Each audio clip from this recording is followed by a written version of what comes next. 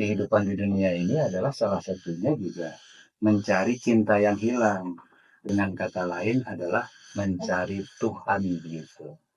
Jadi kenikmatan tertinggi adalah ketika manusia bertemu dengan Sang Pencipta.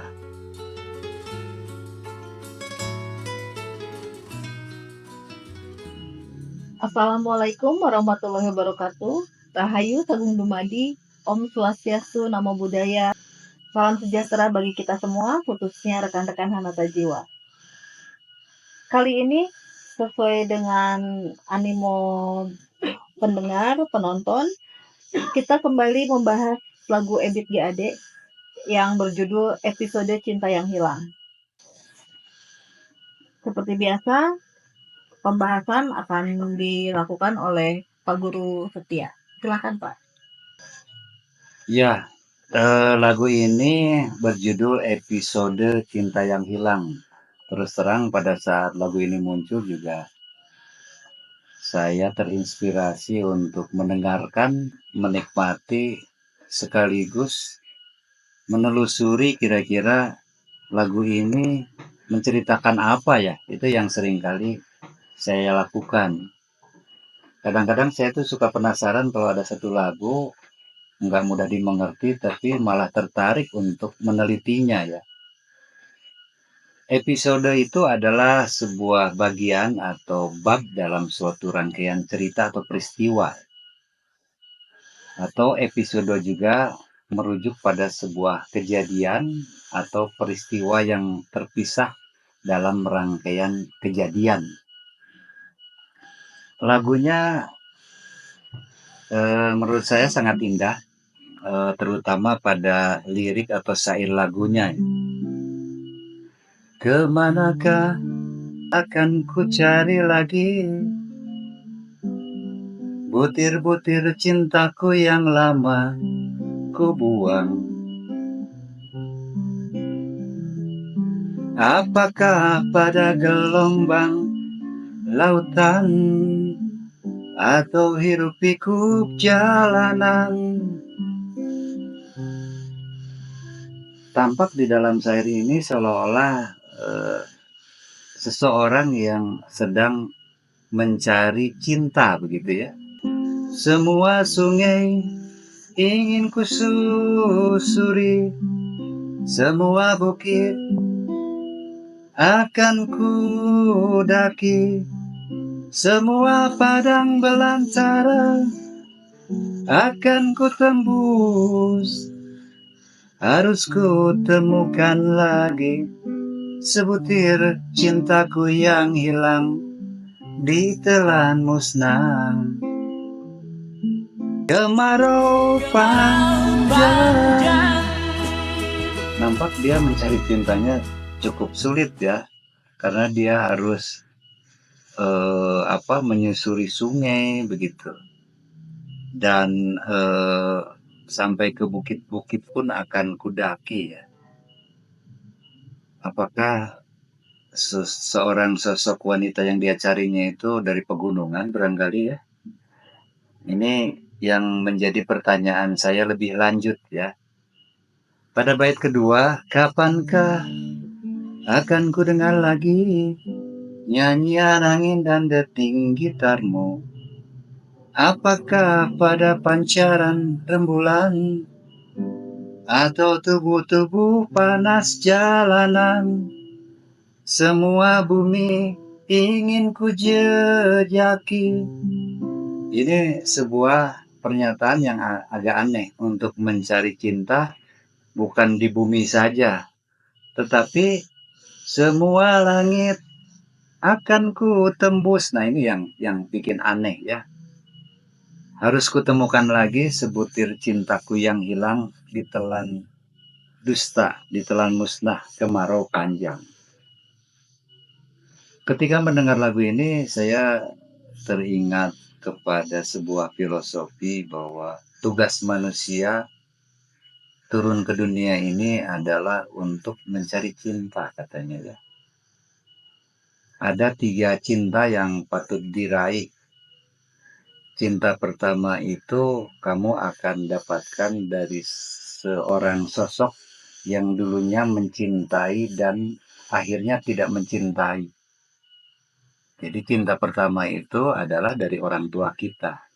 Dulunya mencintai, tetapi ujungnya tidak mencintai.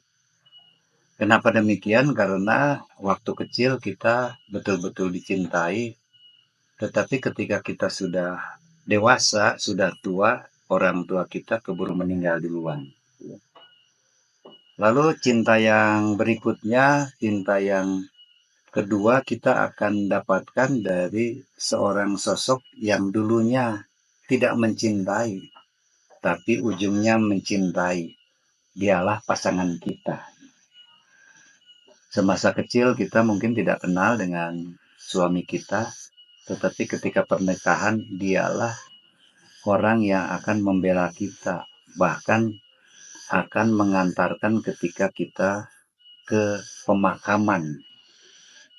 Cinta yang ketiga itu adalah dari sosok yang dulunya mencintai, sekarang mencintai, dan ujungnya mencintai. Jadi dialah sosok Tuhan yang Maha Kuasa. Itu kata penyair. Jadi dikatakan bahwa tugas hidup manusia itu sebetulnya sih ingin mencari cinta. Cinta dalam pengertian yang sangat luas begitu ya, bukan hanya dengan pasangan kita. Saya jadi berpikir apakah episode Cinta yang Hilang ini adalah untuk menemukan cinta dengan makhluk, dengan orang tua atau dengan pasangan kita, ataukah dengan Tuhan. Di sini ada sebuah kata-kata yang janggal. Kapankah akan ku dengar lagi nyanyian angin dan denting gitarmu? Apakah pada pancaran rembulan atau tubuh-tubuh panas jalanan? Semua bumi ingin ku jejaki, semua langit akan ku daki. Di sini yang agak aneh, yang tidak mungkin dia mencari cintanya kepada makhluk. Masa mencari pasangan cinta harus semua bumi ingin ku jejaki? Emangnya bumi ini ada berapa buah sih? Semua langit akan ku daki, semua bintang-bintang akan ku tembus. Nah, ini yang nampak aneh ya. Jadi jangan-jangan cinta ini menuju kepada Tuhan yang Maha Kuasa ya. Saya curiga arah lagu ini adalah mencari cinta terhadap Tuhan yang Maha Kuasa. Tapi ini baru dugaan saya sementara begitu ya. Pak, di sini dikatakan butir-butir cintaku yang lama kubuang. Ada ada lirik seperti itu. Eh, ini tuh memang maksudnya kubuang ini gimana, Pak? Berarti kan sudah pernah ada terus dia buang gitu kan. Nah, kalau di dalam penafsiran Bapak gimana? Pertanyaan ini akan saya balik nanya ya. Apakah Anda dulu sebelum lahir pernah bertemu dengan Tuhan? Tidak. Kalau dari hadis kutsi ya, Hadis kursi ya. ya dibilangnya iya, kita sebelum dihembuskan ke tubuh ini, ke raga ini, katanya sudah ketemu dengan Tuhan. Oh. Nah, saya sekarang mau bertanya yang kedua. Saya yakin itu karena ada di dalam hadis kursi ya. Nanti kalau manusia sudah meninggal dunia akan bertemu dengan Tuhan tidak? Harusnya bertemu, Pak. Kecuali mungkin yang tidak diberi kesempatan bertemu, mungkin yang gentayangan. Ya, jadi surga itu adalah makhluknya. Jadi banyak orang mengharapkan bahwa nanti kalau meninggal masuk surga. Ya saya kira bagus-bagus aja. Tetapi konon bagi orang-orang para guru, para wali, para nabi itu adalah puncaknya bukan surga, tetapi ingin bertemu dengan Tuhannya, begitu ya. Jadi itulah puncak tertinggi dari target manusia. Penduduk surga pun nanti suatu saat, meskipun tidak mencapai ke sana, konon akan ada kesempatan adalah Tuhan itu akan hadir di dalam surga, bahwa itu dinyatakan bahwa kenikmatan yang paling tertinggi itu ketika Tuhan itu menjenguk di dalam surga. Jadi surga itu sebetulnya prioritas kedua karena surga itu makhluk. Sedangkan kalau Tuhan itu kan sang kolik gitu. Jadi kenikmatan tertinggi adalah ketika manusia bertemu dengan sang pencipta. Jadi pertama sebelum lahir kita bertemu dengan Tuhan, nanti kalau meninggal juga kita akan bertemu dengan Tuhan. Konon kita turun ke dunia juga sebetulnya untuk mencari Tuhan gitu ya. Jadi di sini dikatakan tadi dari pertanyaan Mbak Novi itu sebutir cintaku yang hilang begitu. Ya seolah-olah si pencipta lagu ini sadar betul bahwa kehidupan di dunia ini adalah salah satunya juga mencari cinta yang hilang. Dengan kata lain adalah mencari Tuhan gitu. Barangkali itu ya. Oh iya betul, liriknya sebutir cintaku yang hilang. Terus setelah itu ada juga kalimat yang unik Pak, ditelan dusta. Sebutir cintaku yang hilang ditelan dusta. Nah dusta ini apa? Ya, Anda tahu sendiri mungkinnya bahwa di dalam kehidupan dunia ini banyak sekali constraint atau barangkali hambatan-hambatan untuk mencari Tuhan itu ya.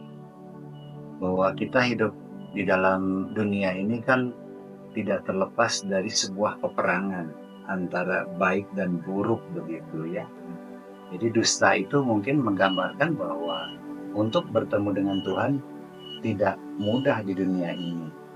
Sekalipun ada ayat yang menerangkan di dalam Al-Quran bahwa bunyinya seperti ini, Ruyatullahi ta'ala fi dunia bi'ainil qalbi begitu ya. Jadi melihat Allah di dunia itu adalah dengan kekuatan hati atau kolbu. Itu ayat yang memperkuat. Tapi sekalipun masalah itu juga terjadi kontroversial karena sulit, manusia itu tadi banyak godaan, banyak rintangan dan sebagainya begitu. Tapi Al-Quran menjelaskan bahwa kehidupan itu adalah untuk mendekatkan diri atau untuk mencari Tuhan secara filosofi begitu ya. Sebetulnya Pak, mencari Tuhan atau berhasil bersatu dengan Tuhan? Ya ini banyak versi yang mengatakan ya, mendekatkan diri kepada Tuhan itu bagus-bagus saja ya. Tadi yang kedua apa? Mencari Tuhan atau perjalanan menuju untuk bisa bersatu dengan Tuhan, atau kadang ada juga yang suka bilang bermanunggal bersama Ilahi.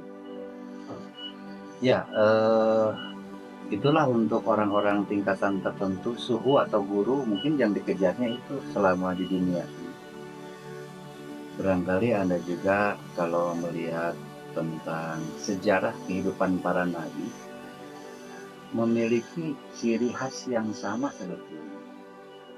Jadi mereka terlahir ke dunia itu sebelum dia menyebarkan agamanya, sebelum dia menyebarkan ajarannya, yang terlebih dahulu itu dia ingin membuktikan apakah Tuhan itu ada atau tidak. Karena sebagai manusia juga seperti yang saya rasakan ya, apakah betul bahwa manusia itu pernah bertemu dengan Tuhan dulu sebelum lahir? Kadang-kadang kan kita juga lupa. Mungkin lupa itu dikarenakan kita karena hidup di dunia sudah tertutup oleh dosa atau hawa nafsu barangkali. Akhirnya kesadaran itu seolah-olah hilang. Dengan adanya kitab suci, dengan adanya Al-Quran, itu mengingatkan kembali yang seperti tadi di dalam hadis qudsi tadi. Ya. Lebih lanjut, hadis qudsi menjelaskan tentang kuntum kanzan maktian. Jadi di dalam kuntum kanzan maktian itu diceritakan bahwa Allah bercerita, aku ini adalah sebuah perbendaharaan yang tersembunyi. Aku ingin dikenal, kata Allah. Maka dari itu, aku ciptakan manusia agar manusia itu mengenal kepadaku. Nah, di situ sangat jelas bahwa seolah-olah di dalam kehidupan ini adalah mencari cinta yang hilang, mencari cinta yang lupa tadi. Gara-gara sifat manusia secara umum adalah lalai tadi ya. Lalai, selalu lalai seperti itu ya. Ya, tadi untuk tingkatan tertentu ada orang yang mencapai tingkatan moksa gitu ya, atau apa tadi manunggaling kaula Gusti itu ya. Ada orang-orang seperti itu ya. Buddha Gautama juga seperti itu kan. Dia sebetulnya mempunyai latar belakang kalau nggak salah anak seorang raja. Artinya dengan kekayaan dia cukup banyak, tahta, kerajaan dan sebagainya. Tetapi dia memiliki kesadaran yang tinggi, akhirnya dia bertapa, bersemedi ya, untuk mensucikan diri di hutan, coba bayangkan. Jadi orang-orang yang punya kesadaran seperti itu adalah orang-orang tertentu tadi ya, seperti guru, wali, nabi dan sebagainya. Pasti yang ingin dicari adalah ingin bertemu dengan Tuhan. Barangkali ingat kisah Nabi Musa ingin membuktikan adanya Tuhan. Nabi Idris ingin menciptakan adanya surga. Nabi Muhammad ingin bertemu dengan Tuhan, melihat surga dan neraka dengan Isra Mirajnya ya. Nabi Sulaiman, hampir semua nabi itu ingin membuktikan apakah Tuhan itu ada atau tidak ada. Seperti itu. Episode cinta yang hilang. Ada lirik yang berbunyi seperti ini Pak di lagu episode cinta yang hilang ini. Semua bumi ingin kujejaki, semua langit akan kudaki, semua bintang-bintang akan kutembus. Di sini sepertinya sangat luar biasa sekali ya.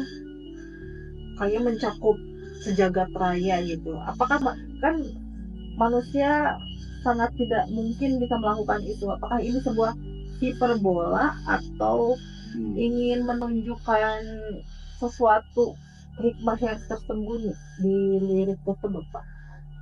Iya, makanya tadi dari awal saya udah curiga nih, episode cinta yang hilang ini menyangkut mencari cinta terhadap manusia atau terhadap Tuhan begitu. Karena kalau mencari cinta dari manusia nggak mungkin ya, langit akan kudaki begitu ya, yang apalagi bintang-bintang akan kutembus ya. Jadi saya curiga ini adalah cerita mencari cinta kepada Tuhan. Kenapa saya nyatakan seperti itu? Saya teringat ada sebuah syair dari Syekh Maulana Jalaluddin Rumi. Jadi beliau menyatakan bahwa manusia itu sebetulnya perpaduan antara hewan dan malaikat. Jadi Jalaluddin Rumi menyatakan bahwa manusia itu adalah perpaduan antara hewan dan malaikat. Manusia dikatakan hewan itu, manusia kan punya tubuh. Kalau kita melihat tubuh kita sih kelakuannya hampir sama dengan hewan. Hewan itu menapak di bumi, sama manusia juga menapak di bumi. Manusia makan, minum, sama hewan juga makan dan minum. Dan seterusnya. Tetapi kalau malaikat kan beda. Dia tidak menapak di bumi, malaikat. Dia terbang ke langit juga bisa. Bahkan mungkin menembus bintang-bintang juga bisa. Jadi dengan pernyataan itu akhirnya Rumi membuat sebuah puisi seperti ini bunyinya kira-kira ya. Hewan tidak hidup di langit, sementara malaikat tidak hidup di bumi.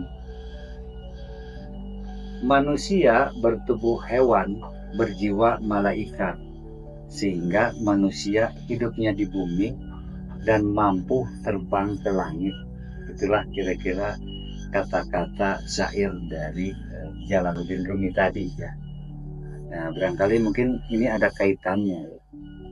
Jadi mungkin apabila manusia ini sudah mulai mendayagunakan rohaninya, jangan-jangan menembus langit pun bisa begitu ya. Ya seperti Nabi Muhammad juga kan diceritakan Isra Mi'raj, betul kan? Menembus langit pertama, menembus langit kedua, ketiga, ketujuh sampai berakhir di Sidratul Muntaha dan bertemu dengan Tuhan begitu. Mungkin seperti itu komentar dari saya tentang lagu ini. Jadi yang menembus langitnya, yang menjejaki semua bumi dan bintang-bintang itu rohani manusia. Iya. Rohani yang secara rohani, bukan secara jasad atau ragawi. Berkaitan dengan ini, pertanyaan Mbak Novi, saya pernah baca sebuah buku yang berjudul Lentera Hati karangan Profesor Quraisy Hafia. Di situ subbab judulnya itu mendaya gunakan kembali potensi rohaniah manusia.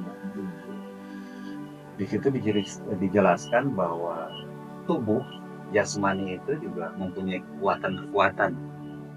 Dia mengkritisi bahwa di dunia ini ramai ya, orang bisa membangun gedung puluhan bahkan ratusan lantai begitu, membangun jembatan dan sebagainya. Itu adalah kemampuan-kemampuan fisik manusia. Tapi beliau juga sayang katanya ya, potensi rohaniah manusia itu yang jarang dikembangkan di era saat ini. Padahal potensi rohaniah manusia itu seperti yang dijelaskan tadi.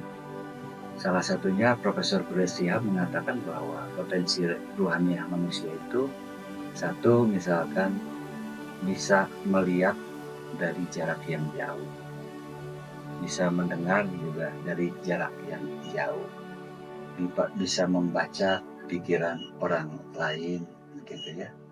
Jadi sebetulnya potensi-potensi ruh manusia itu kalau didaya gunakan itu sangat luar biasa, malah lebih hebat ketimbang kemampuan fisik. Anda bisa lihat sejarah-sejarah pada saat zaman Nabi Sulaiman misalnya, bisa memindahkan kota dalam beberapa detik itu adalah dengan menggunakan kemampuan yang sifatnya ruh. Atau kita sebagai umat Islam, sebuah contoh yang paling bagus itu adalah kejadian Isra Mi'rajnya Nabi sampai menembus langit begitu. Ini sebuah renungan untuk kita bersama, khususnya untuk saya pribadi ya, tentang pengembangan rohaniah manusia itu luar biasa. Sangat menarik sekali Pak mengenai pendayagunaan rohaniah. Ya. Semoga nanti Bapak bisa membahas mengenai cara-cara pendayagunaan rohaniah ini. Karena kan banyak Pak orang yang misalkan ingin menaikkan rezekinya, ingin punya keinginan misalkan memiliki pasangan atau apa. Ada cara-cara yang dengan cara mendayagunakan rohaniah ya. Atau mungkin orang suka berpikir dengan dengan daya pikirannya gitu.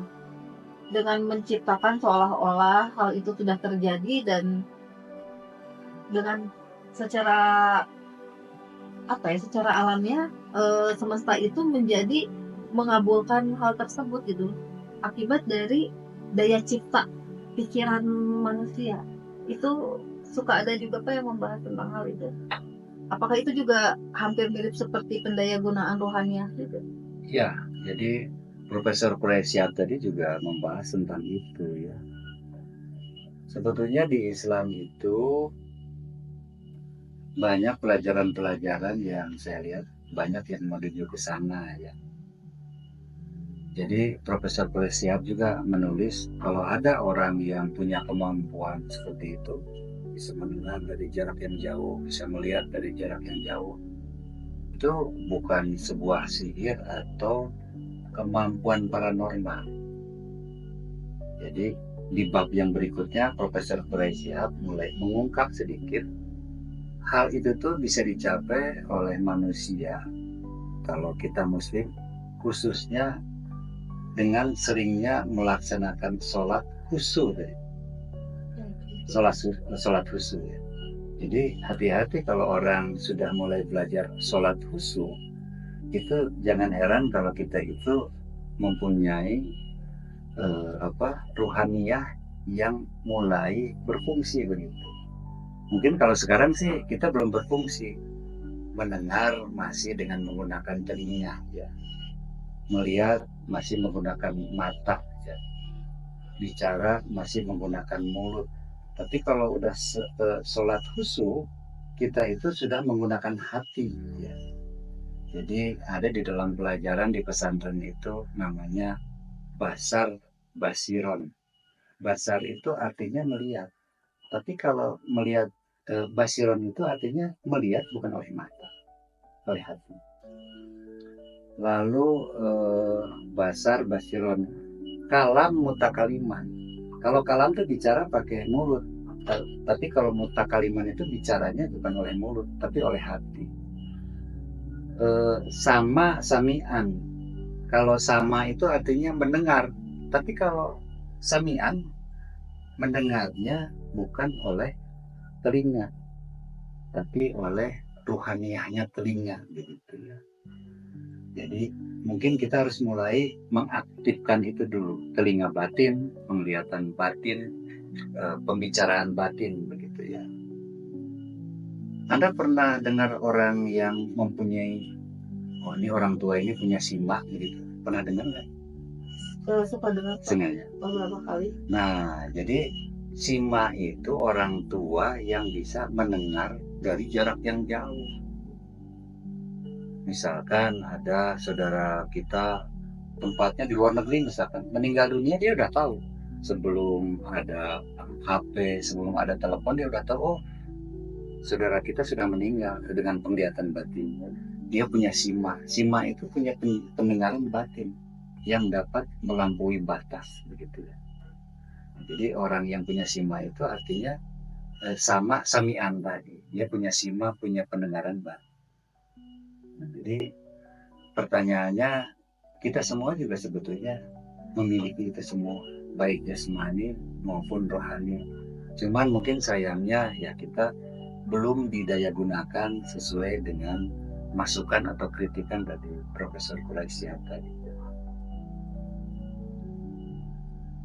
Kalau Bapak apa pernah punya pengalaman mempergunakan kekuatan rohani pada beberapa kasus masalah yang terjadi di kehidupan Bapak gitu? Iya, pernah, ya pernah. Jadi ketika saya waktu itu sedang rajin-rajinnya begitu ya. Jadi waktu itu juga saya mampu melihat suasana pekerjaan-pekerjaan yang sedang saya kerjakan. Saya padahal sedang di rumah, tapi saya mengalami transisi untuk melihat pekerjaan itu ya. Jadi saya sampaikan, oh si Pak Setia ini kan nggak datang ke kantor kemarin, tapi kok apa yang dikatakan oleh pimpinan-pimpinan saya itu saya mampu mendengarnya dan mampu melihatnya. Bahkan kadang-kadang dia menggunakan pakaian apa juga tahu, padahal hari itu saya tidak masuk gitu. Nah, jadi lebih lanjut Profesor Presiat juga orang yang potensi rohaniyahnya bisa dibuka atau dikembangkan tuh, bahkan dia bisa transisi untuk melihat ke masa yang akan datang. Bahkan dia bisa transisi untuk melihat masa lalu yang sebelum kita lahir begitu. Dan itu Ya saya pernah mengalaminya. Saya pernah transisi ke tahun sekitar 1920-an. Waktu itu sedang pembangunan gedung sate, padahal saya belum lahir kan. Nah, tapi itu kan kondisi-kondisi seperti itu sangat khusus. Kita juga harus benar-benar mensucikan diri begitu. Jadi potensi rohaniah itu lebih mudah terjadi ketika seseorang berhasil mensucikan dalam kondisi suci ya. Suci, rajin melaksanakan sholat khusyuk. Apakah Anda sudah bisa yang dinamakan sholat khusyuk itu seperti apa coba? Kalau menurut pemikiran saya, sholat khusyuk itu sepertinya sholat yang bisa tersambung dengan Allah secara ikatan batin, secara ikatan rohani gitu. Ya, banyak orang mengira sholat khusyuk itu adalah sholat dengan fokus hafal terhadap Bacaan. isi atau bacaan. Sebetulnya itu belum khusyuk. Ya, itu namanya sholat memusatkan pikiran. Jadi kalau kita membacakan ayat lalu hafal terjemahannya, itu namanya konsentrasi atau pemusatan pikiran. Itu juga sudah bagus ya. Tetapi yang dinamakan sholat khusyuk yang tertinggi itu yang dinamakan sholat menghadirkan hati. Sholat hudurul kolbi namanya. Saya tanya, apakah Anda punya hati? Secara kalau organ tubuh ada yang dinamakan hati. Iya. Tapi kalau secara hati nurani, hati ruh, jiwa, ya ada Pak. Ada ya. Mana tolong tunjukkan kepada saya ya. Jadi seringkali manusia itu menyadari kalau ditanya Anda punya hati enggak? Punya. Tolong tunjukkan, mana pernah melihatnya belum gitu kan? Nah itulah sholat hudurul qalbi ya. Tidak bisa diperlihatkan ya Pak. Iya, kalau tunjukkan kamu punya tangan nggak? Punya. Mana ini gitu ya. Tapi kalau hati itu sangat spesifik sekali ya. Hanya orang yang bersangkutanlah yang mampu melihatnya ya. Orang yang bersangkutan dan tentunya Tuhan yang Maha Kuasa. Tetapi bahkan malaikat pun tidak bisa.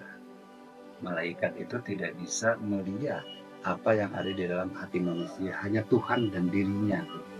Jadi ini sangat spesifik sekali ya, sangat individual sekali ya. Itulah sebuah pertanyaan yang mungkin akan jadi pertanyaan kita bersama, apakah Anda punya hati? Ya, tolong dijawab oleh masing-masing ya. Ini khususnya pelajaran buat diri saya pribadi lah.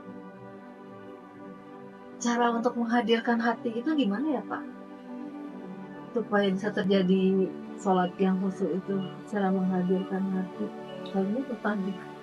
Ya, Anda perlu menanyakan kepada para ahlinya ya. Barangkali nanti pada episode yang lain, nanti mudah-mudahan kita sambung lagi. Kalau bisa sih dikaitkan dengan lagu ya. Adalah nanti lagunya mungkin dari Ebit G. Ade itu lagunya, apakah buku diri ini harus selalu hitam pekat? Apakah dalam sejarah orang harus jadi pahlawan? Barangkali pada saat itu nanti akan saya jelaskan tentang bagaimana cara mendayagunakan ruhani atau kolbu tadi ya. Karena isinya rohani itu ada 4. Pertama nafsu, yang kedua kolbu, yang ketiga nur, yang keempat adalah rasa. Nah, jadi hati itu adanya di badan rohaniah. Itu judul lagunya apa tadi Pak? Saya lupa, kalau nggak salah orang yang terkucil kalau nggak salah ya. Apakah buku diri ini harus selalu hitam pekat? Apakah ada? Iya, buku diri itu adalah hati tempat malaikat mencatat, menulis amalan-amalan manusia ya, yang baik dan yang buruk. Ya, itu akan sangat kita tunggu sekali Pak, pembahasan tentang pendayagunaan rohani yang berkaitan dengan penghadiran hati. ketika sholat subuh. Atau ada di lagu ini juga Dewa Satu juga. Ada Dewa Satu. Barangkali nanti pada gilirannya kita akan membahas tentang itu tadi, ada kaitannya. Saya baru ingat di lagu Dewa pun rasanya ada ya. Aku ini adalah mungkin ya, coba nanti. Menarik sekali pembahasan kali ini. Ternyata banyak hal yang bisa kita gali. Salah satunya tadi ada pendayagunaan rohani yang akan sangat berguna sekali untuk bisa kita praktekkan. Tepatnya menggali dalam lentera hati karangan Profesor Quraisy Shihab ya. Nah, itu dia. Tepatnya seperti itu. Baik, bagi rekan-rekan Hanata Jiwa yang pastinya tertarik dengan hal tersebut, bisa terus ikutin episode-episode kita berikutnya. Terima kasih kepada Pak Guru Setia, dan semoga lagu-lagu yang rekan-rekan inginkan bisa kita bahas juga. Silahkan ditulis di kolom komentar jika ada lagu yang ingin kita bahas. Sekian dari kita. Terima kasih. Assalamualaikum warahmatullahi wabarakatuh. Kemarau panjang